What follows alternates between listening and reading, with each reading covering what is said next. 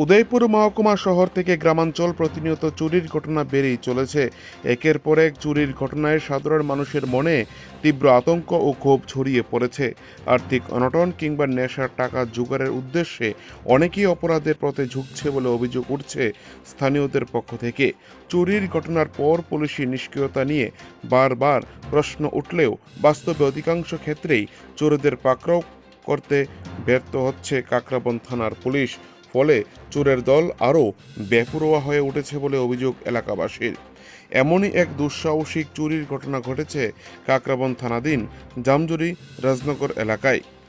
জানা গেছে বুধবার গভীর রাতে জনৈক সুকেন সূত্রধরের বসত বাড়িতে চোরেরা হানা দেয়।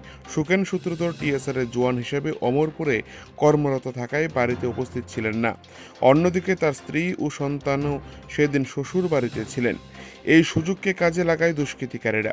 চোরেরা বাড়িতে একটি আম গাছের ডাল বেয়ে ছাদে উঠে দরজা ভেঙে ভেতরে প্রবেশ করে।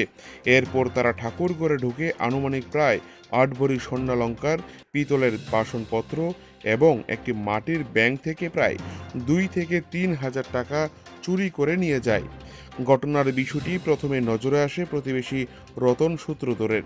তিনি বাড়ির ছাদ থেকে সুকেন সূত্রধরের বাড়ির ছাদের দরজা খোলা দেখতে পান এবং সঙ্গে সঙ্গে বিষয়টি সুকেন সূত্রধরকে জানান। খবর পেয়ে সুকেন সূত্রধর কর্মস্থল থেকে বাড়িতে ফিরে আসেন এবং ঘটনার সত্যতা জানতে পারেন। পরবর্তীতে এলাকাবাসীর সহযোগিতায় কাকরাবন থানায় খবর দেওয়া হয়। বর্তমানে পুলিশি তদন্ত চলছে এলাকা জুড়ে। উদয়পুর থেকে নিজস্ব প্রতিনিধির রিপোর্ট, টিভি 100 বাংলা। আমি গভর্নমেন্টে চাকরি করি অমরপুরে। সকালবেলা আমার কাছে একটা খবর আইছে, আমার মোসাদ ভাই সুশীল চিত্র করবে আমার ছাদের যে দরজাটা এটা খোলা, দরজা খোলারে আমার মিসেস আমার ছেলের পরীক্ষা এই স্কুল বন্ধ হয়েছে। যাওয়ার পরে তারা একদিন লেগে বেড়াইতে গেছে।